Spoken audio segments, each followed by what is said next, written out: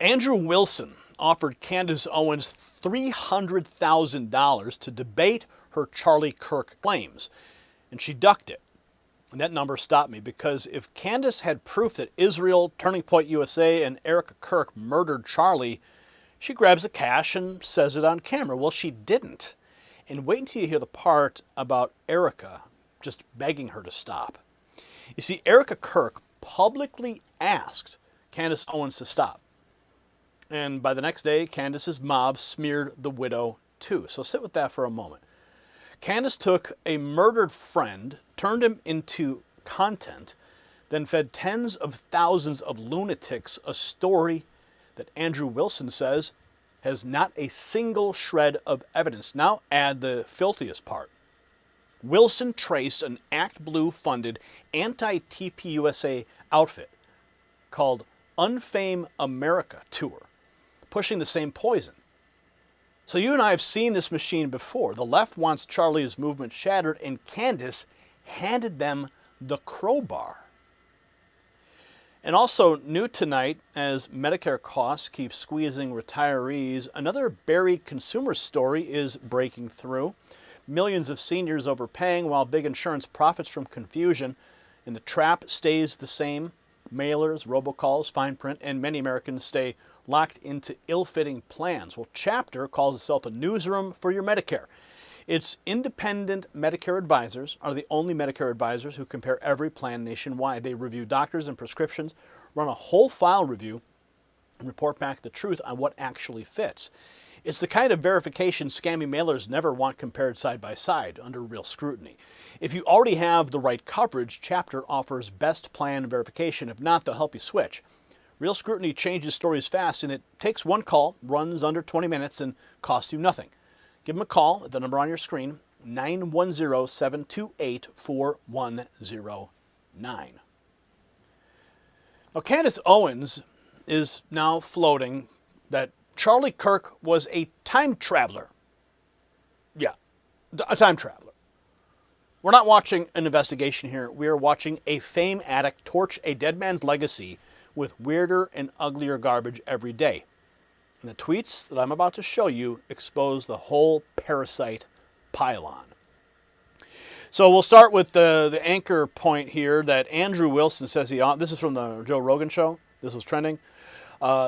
Says he offered Candace Owens $300,000 to debate her Charlie Kirk claims, and reveals what Erika Kirk told him. Listen to this. Other side, though, in this particular conspiracy, you can't get these people to debate their positions. Like, who won't debate their positions? Okay. We offered Candace Owens, I offered her $300,000 to do a debate. I was like, we'll give you $300,000. What is her position? What does she think happened? She thinks that Israel worked in conjunction with TPUSA and Erika Kirk to murder Charlie. Based on what? Well, that's the million-dollar question. Nobody actually knows. She's never presented a single shred of evidence thus far that Israel ever worked to murder Kirk, that Erika Kirk certainly didn't. In fact, her position for the longest time was if Erika Kirk comes out and tells me to stop the conspiracy on this, I will. So Erika did. She went out publicly and she was like, enough. You're just causing more problems than good here as this investigation's going on. And then suddenly Erika's now part of the conspiracy. By the next day, she's trying to cover it up. She's part of the conspiracy too. When I went to the TPUSA HQ and I talked to Erika briefly while I was there, the first thing I did was what I think every normal, moral human being would ever do. I gave her a hug.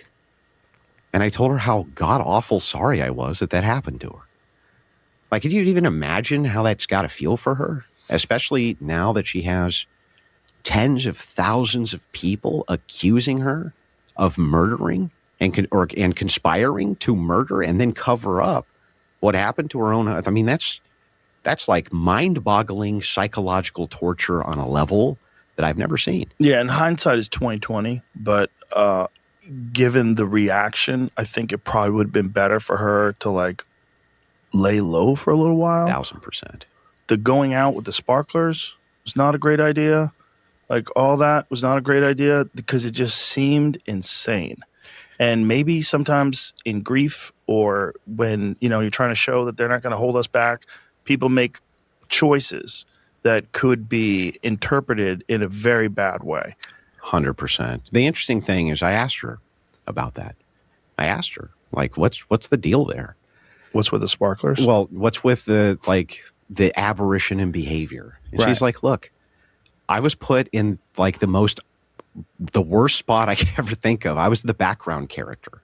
I was just there to support my husband. That's it. The only reason I even really got involved is because Charlie was so pro-marriage, and he wanted to demonstrate to the world you can be married and have kids, and this is the good life. So when he dies, she takes over. Right? This moves over to her control. She says, well, the first thing I want to do is honor his last book. That's the very first thing I want to do. I want to honor his legacy. And she's like, I don't know exactly how to take this position. At the same time, there's expectations for the organization my husband built that I want to honor. Right? But, I'm also in the middle of grief. And it's like, I don't know how you balance that position. Who's been in that position ever? Right. And especially who's been in that position that's not accustomed to being scrutinized in the public eye. Everything. And yeah, she had a lot to deal with in those moments. There's no playbook for that. But Candace would not defend the claim even when the money was on the table. Now watch where this goes next, because Candace starts talking about Charlie Kirk like some kind of a time traveler. Yeah. She's saying that Charlie Kirk was a time traveler. Did Charlie think he was a time traveler?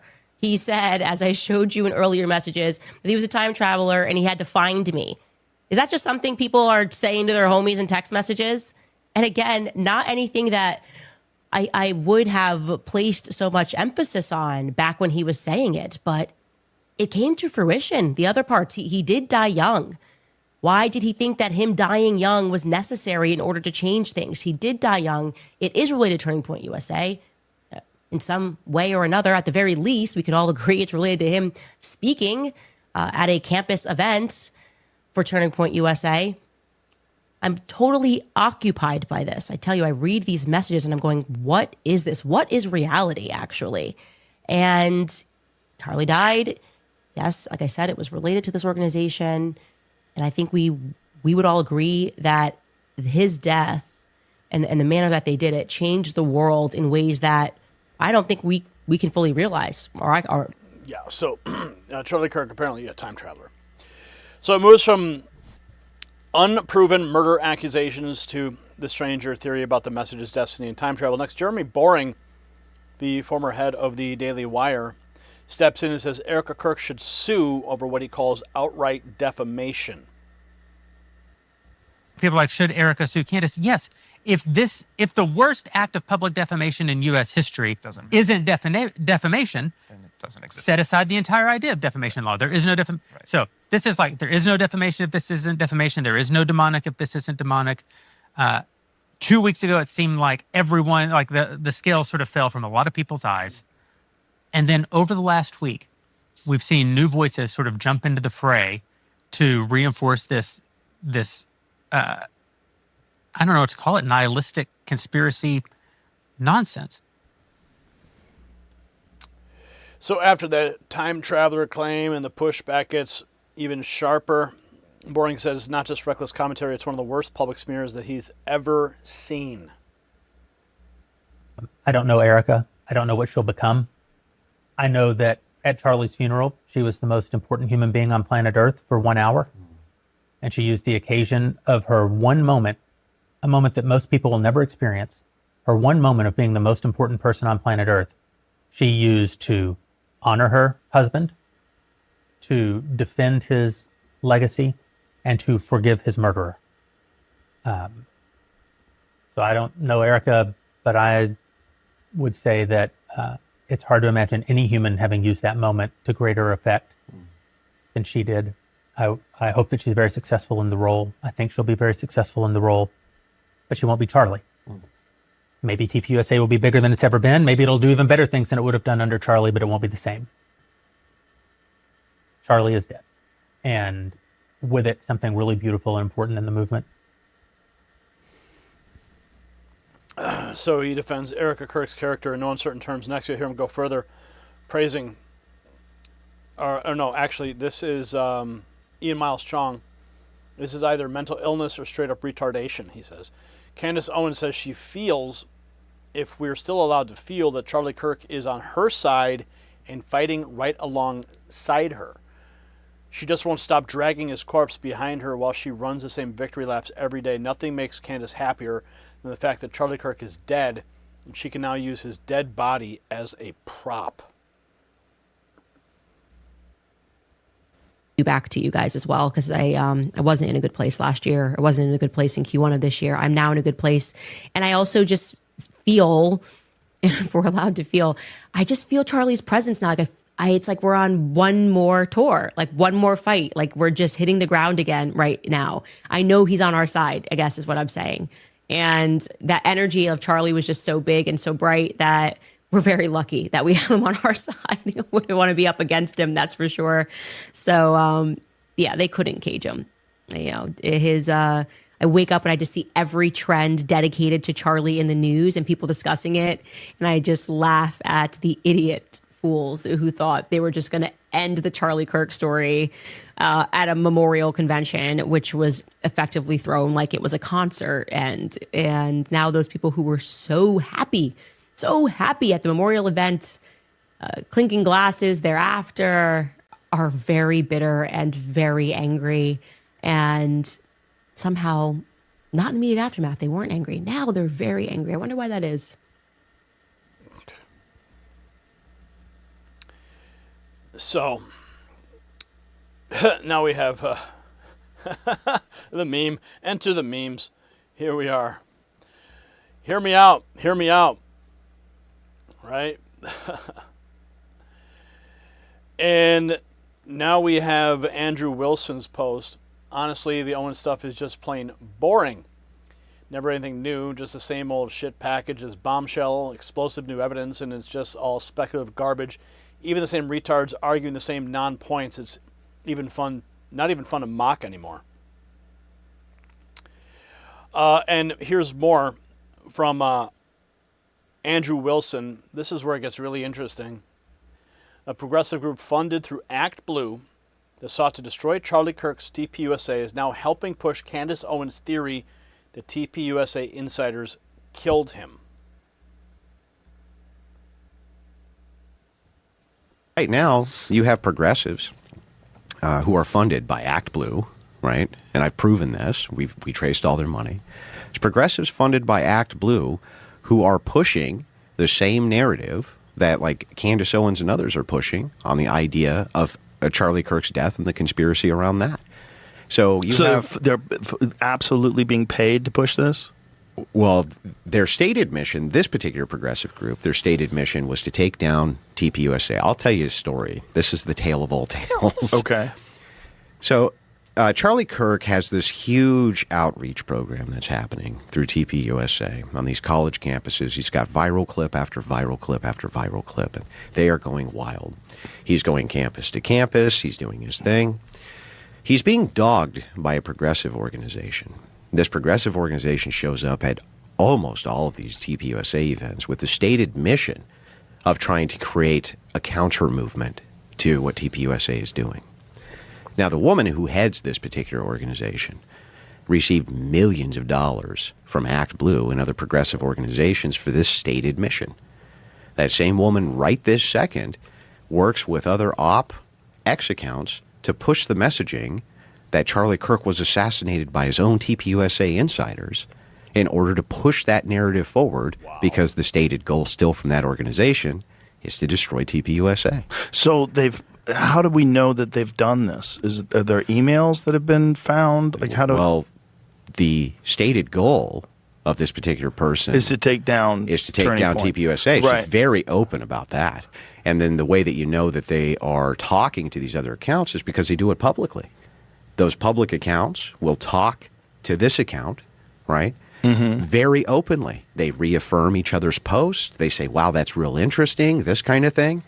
All affirming that same conspiracy that TPUSA was the ones who actually set up and murdered Charlie Kirk.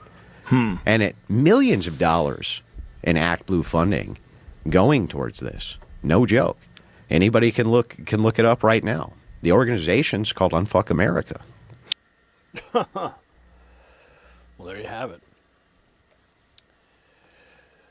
There is no defamation if there isn't defamation.